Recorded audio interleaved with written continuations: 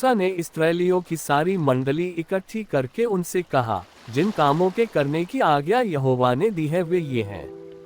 6 दिन तो काम काज किया जाए, परंतु 7वां दिन तुम्हारे लिए पवित्र और यहोवा के लिए परम विश्राम का दिन ठहरे। उसमें जो कोई काम काज करे वह मार डाला जाए। वरन विश्राम के दिन तुम अपने अपने घरों में आग तक न जलाना।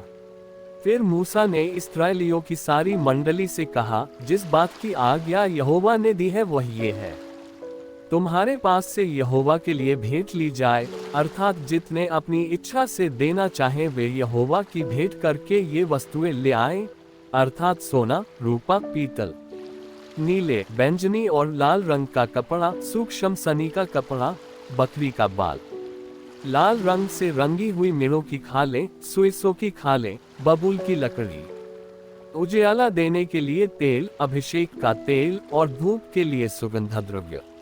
फिर एपोद और चपरास के लिए सुलेमानी मणि और जड़ने के लिए मणि।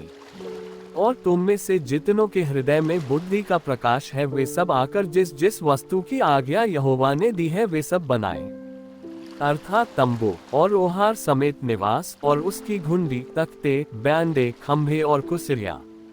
फिर डंडों समेत संदूक और प्रायश्चित का ढकना और बीच वाला पर्दा, डिंडों और सब सामान समेत मेज और भेंट की रोटियां, सामान और दीपकों समेत उजियाला देने वाला दीवट और उजियाला देने के लिए तेल, डंडों समेत धूपवेदी, अभिषेक का तेल, सुगंधित धूप और निवास के द्वार का पर्दा, पीतल की झंझरी, डंडों आदि सारे सामान समेत होमवेदी, पये समेत होदी, खंभों और उनकी कुसिरियों समेत आंगन के पर्दे और आंगन के द्वार के पर्दे, निवास और आंगन दोनों के खूंटे और डोरियां, पवित्र स्थान में सेवा टहल करने के लिए काढ़े हुए वस्त्र और याजक का काम करने के लिए हारून याजक के पवित्र वस्त्र और उसके पुत्रों के वस्त्र भी।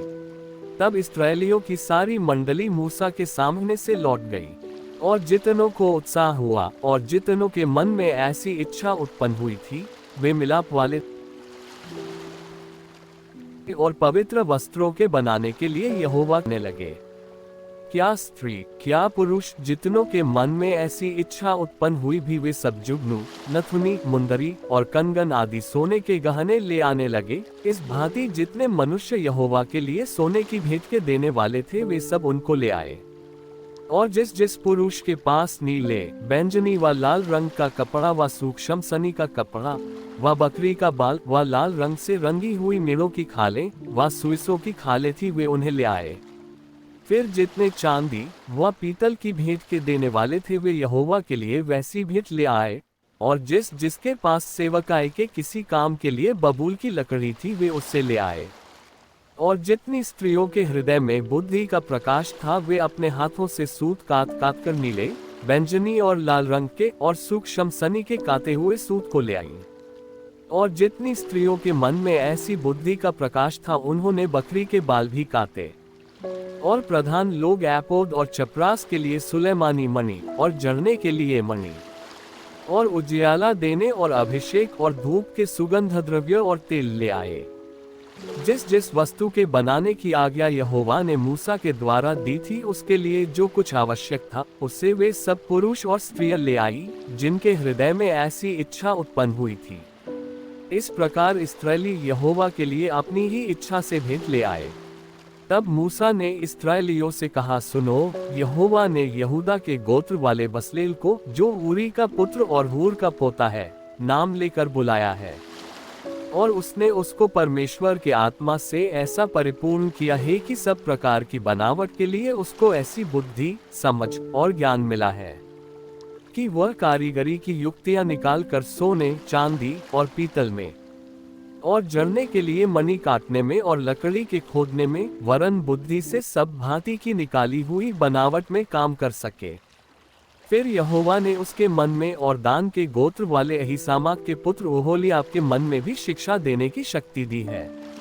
इन दोनों के हृदय को यहोवा ने ऐसी बुद्धि से परिपूर्ण किया है कि वे खोदने और गढ़ने और नीले, बैंगनी और लाल रंग के कपड़े और सूक्ष्म सनी के कपड़े में काढ़ने और बुनने वरन सब प्रकार की बनावट में और बुद्धि से काम निकालने में सब भांति के काम करे। परमेश्वर इस वचन के पढ़े और सुने जाने के द्वारा आप सभी को आशीष दे।